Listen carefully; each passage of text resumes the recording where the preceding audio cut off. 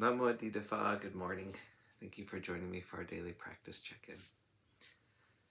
Listen, listen, listen. This beautiful sound calls us back to our true home.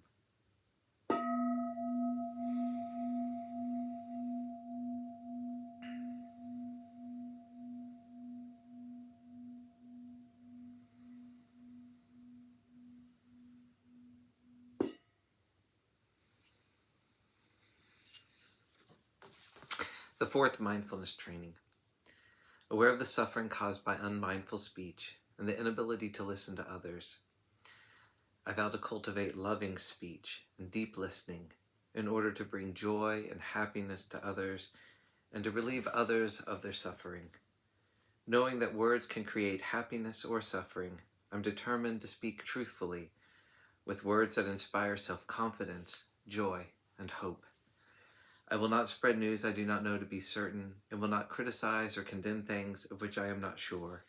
I will refrain from uttering words that can cause division or discord, or that can cause the family or the community to break.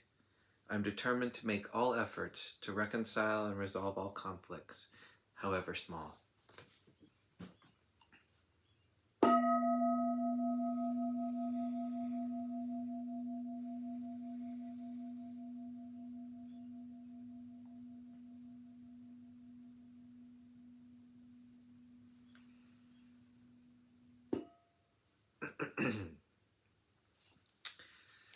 Our Dharma lesson this morning is on worry and indecision by Ajahn Thiradhammo from Working with the Five Hindrances. What am I really worrying about? If we can observe the nature of worry, recognize what the symptoms are, and see how it is triggered off, we may begin to acknowledge it as an unwholesome, conditioned process, just an old habit. Take it to its extreme and it becomes absurd, so you can laugh at it.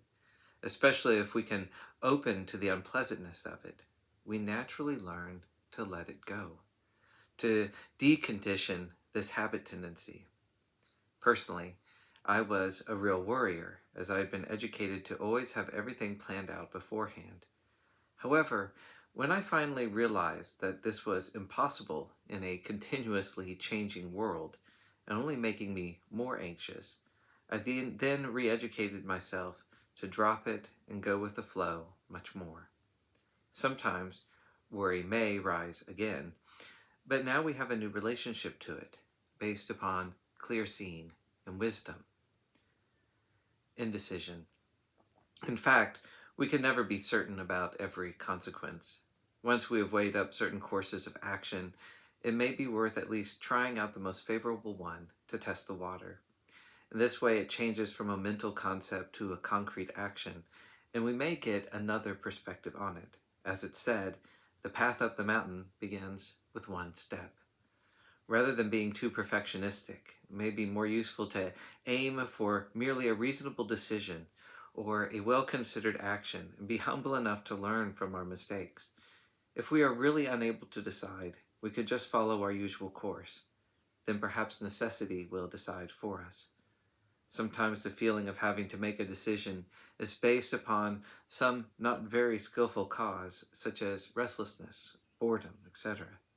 If we stick with what we're doing, it will eventually pass.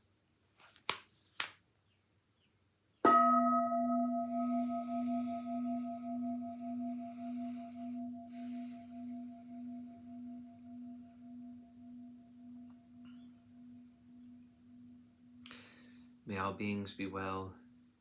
May all beings be happy. May all beings be at peace. Sadhu, sadhu, sadhu. Thank you for joining me today.